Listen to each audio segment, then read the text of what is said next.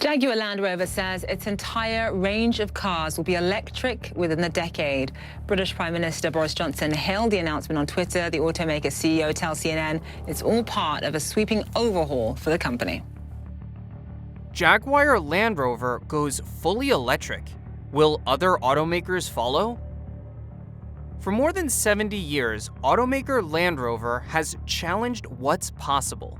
Today, electric power has enhanced the world's most capable and luxurious SUVs with new levels of sustainability, responsiveness, and refinement.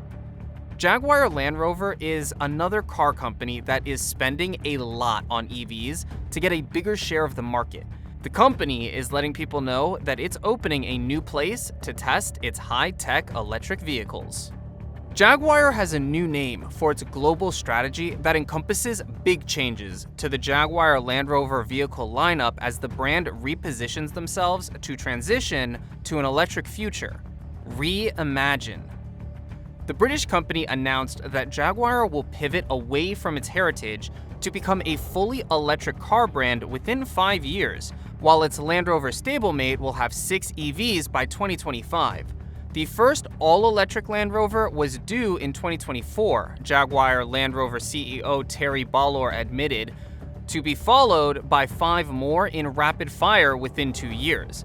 The announcement makes Jaguar the biggest legacy OEM to commit its future to electric cars, following similar announcements from Volkswagen Group-owned Bentley and BMW Group-owned Rolls-Royce. Jaguar Land Rover has stated that they will invest £15 billion over 5 years as Britain's largest car market employer upgrades its factories to produce electric vehicles, including its first UK-made battery car. The company will shift production to electric cars at its plant in Halewood on Merseyside, while its factory making internal combustion engines in Wolverhampton in the West Midlands will focus on producing electric motors and associated parts. Jaguar is now one of 4 JLR brands. This is a big move for Jaguar Land Rover, but the reality is that it has little choice.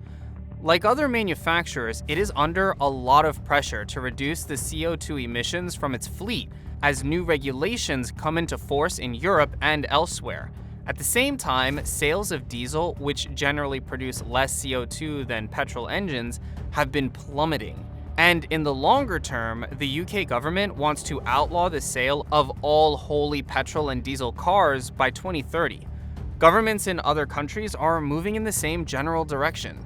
The problem is electric cars cost more to design and build than conventional models, meaning it is currently hard to make a profit from them. Bigger manufacturers can throw money at the problem now and hope to benefit from economies of scale later. JLR is a smaller company and can't do that. So instead, it will re-emphasize Jaguar's credentials as a luxury brand when it goes all electric. That might make sense from a marketing perspective, but adding the sums up looks like a steep challenge. New Jaguar EVs will run on an in-house developed platform. As many industry experts predicted, Jaguar won't buy a platform from a third party to cut costs. Instead, the new vehicles will run on an in-house EV platform, dubbed Panthera, which will be co-developed with Magna. Expect 800-volt charging, sophisticated cloud architecture, and everything else a high-end EV needs to launch in 2025. JLR's plans are big, but the company has been slow to embrace electric cars in the past. So far, the Jaguar I-Pace SUV is its only fully electric car, but it has a hard time competing with more established electric car makers. Even then, the car is not made by JLR. Instead, it's made by a third party. At the same time, competitors like Mercedes-Benz, BMW, and Audi have been ramping up their switch to EVs and offer a full range of plug-in model types. For its part, Jaguar will start producing its new line of EVs in 2024, starting with a 4-door Grand Tourer to be assembled at the Automakers Solihull factory. Jaguar is targeting a range of 430 miles and a starting price of $124,000. It will be the first of 3 new EVs to come out in the coming years. There isn't much detail on the company's investment in autonomous vehicles aside from a commitment to spend some of its money on autonomous AI and digital technologies. JLR has a deal with Waymo in which the Alphabet-owned company works with the automaker to outfit its I-Pace electric SUVs with autonomous driving hardware and software. Waymo operates a fleet of autonomous Jaguar I-Pace vehicles in California and Arizona. JLR previously struck a deal with NVIDIA to install high-powered computers in its vehicles for advanced driver assistance and autonomous driving features. Starting in 2025, all JLR vehicles will come with NVIDIA's end-to-end driver Hyperion platform installed. You can expect Jaguar to go drastically upmarket. Jaguar is the brand's hardest hit. The brand will be fully electric in 2025, and only a few nameplates from the brand's single dedicated electric vehicle platform. The updated 2021 Jaguar XF is the sole car offering left, with the decision to discontinue the entry Jaguar XE sedan and to not build a new XJ flagship sedan. In the interim, it must make the most of its existing lineup, which consists of 3 SUVs, the F-Type Coupe, and a single sedan.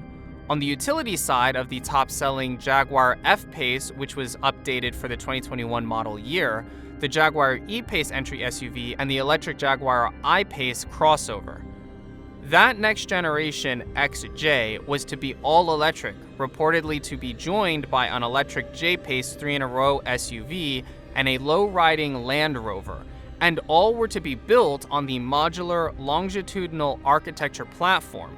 But this platform was canceled, and JLR had to write off about $1.2 billion of investment already spent on the MLA MID program that did not produce the emissions cuts needed. The trimming of the trims is dramatic. Jaguar goes from 51 derivatives of its 5 2020 models to only 17 derivatives for the 2021 model year. It simplifies ordering, stocking, and manufacturing for Jaguar and the purchase decisions for consumers. It will also help Jaguar deliver a more targeted message to consumers. The days of Jaguar selling sub-$50,000 cars appear to be numbered. Per Autocar, Jaguar's smaller SUV may start in the $100,000 to $110,000 range. High-end versions may end up around $150,000, and $150,000 could be the starting price for the larger SUV, which could stretch up to $250,000 and challenge the likes of Bentley. That pricing would make the I-Pace the entry-level Jaguar. So, are all of these Jaguar changes set in stone? Not exactly. Jaguar Land Rover CEO Terry Bollor, spearheading all of these big changes, just resigned after 2 years at the helm. JLR currently has its CFO serving as interim CEO. New management almost inevitably leads to altered projects, focuses, and timelines. We could see Jaguar broaden its vision, or we could also see JLR's owners, the Tata Group, opt to shutter Jaguar altogether and focus on 3 Land Rover brands. So, what does the future of Jaguar look like? Terry Bollor, who took over as CEO of Jaguar Land Rover last September, said Jaguar will move away from SUVs. Eberhardt said the comment was taken out of context, and he's not worried that the brand will be reduced to slower-selling sedans, sports cars, and wagons. As for consumer acceptance of a fully electric Jaguar lineup in the future, Eberhardt said the automaker does not pretend to have all the answers. The transition will take time, and customers will need to be convinced electric motors and batteries are the better powertrain, he says.